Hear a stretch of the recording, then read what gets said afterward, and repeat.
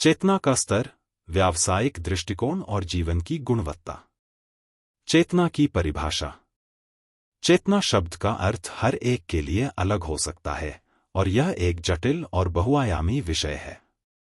विभिन्न क्षेत्रों जैसे दर्शन, मनोविज्ञान, भौतिकी, आध्यात्मिकता आदि में चेतना की परिभाषा भिन्न हो सकती है। आइए कुछ प्रमुख परिभाषाओं को देखें। सामान्य परिभाषा, जनरल डेफिनेशन। चेतना का अर्थ है वह आंतरिक अनुभव या जागरूकता जिससे हम अपने अस्तित्व, अपनी सोच, अपनी भावनाओं, अपने विचारों और अपने परिवेश को महसूस करते हैं।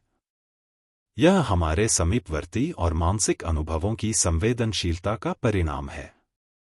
दार्शनिक परिभाषा, फिलोसॉफिकल डेफिनेशन। दर्शन में चेतना को आत्मज्ञान के रूप में देखा जाता है, जो आत्मा के सत्य को पहचानने और उस पर ध्यान केंद्रित करने के रूप में होता है।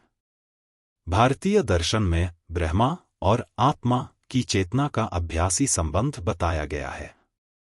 प्लेटो और अरस्तू के अनुसार चेतना स्वयं के अस्तित्व के प्रति जागरूकता है। निराकार ब्रह्मा की चेतना में सर्वात्मिक एकता का बोध मिलता है, जहां व्यक्ति अपनी व्यक्तिगत चेतना को ब्रह्मा के साथ जोड़ता है। मनोवैज्ञानिक परिभाषा, साइकोलॉजिकल डेफिनेशन।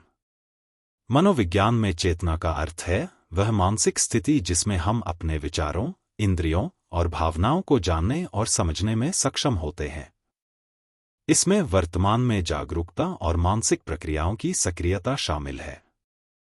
विलियम जेम्स के अनुसार चेतना वह संतुलित और निर्बाध धारा है जो स्वयं के अनुभव और विकास को उजागर करती है।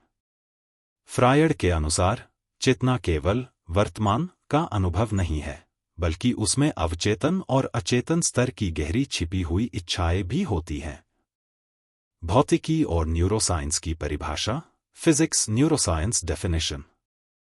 भौतिकी और न्यूरोसाइंस में चेतना को मस्तिष्क की गतिविधियों से जोड़ा जाता है। यह कहा जाता है कि चेतना का अनुभव न्यूरॉन्स और तंत्रिका तंत्र के आपसी संचार और गतिविधियों का परिणाम है। चेतना को किसी व्यक्ति के मस्तिष्क की जटिल अवस्थाओं के रूप में देखा जाता है, जो संवेदनाओं, विचारों और कार्यों को निर्देशित करती है। क्रिश्चियन डोफ के अनुसार चेतना मस्तिष्क के नेटवर्कों और न्यूरल सिस्टम द्वारा उत्पन्न होती है, जो हमें अपनी सोच और अनुभव पर ध्यान केंद्रित करने की क्षमता देते हैं। आध्यात्मिक परिभाषा, स्पिरिचुअल डेफिनेशन। आध्यात्मिकता में चेतना को आत्मा या आध्यात्मिक चेतना के रूप में देखा जाता है, जो न केवल व्यक्तिगत जागरूकता को बल्कि सर्वव्यापी चेतना, यूनिवर्सल कॉन्शियसनेस को समझने का प्रयास करता है। यह चेतना ब्रह्मा से जुड़ी हुई होती है और इसे ध्यान, साधना और आत्मा के उच्चतर आयाम में अनुभव किया जाता है। पतंजलि के योग सूत्रों में चेतना को चित्त वृत्तियों के रूप में देखा जाता है, जिसे शुद्ध करने के लिए योग और ध्यान की आवश्यकता होती है।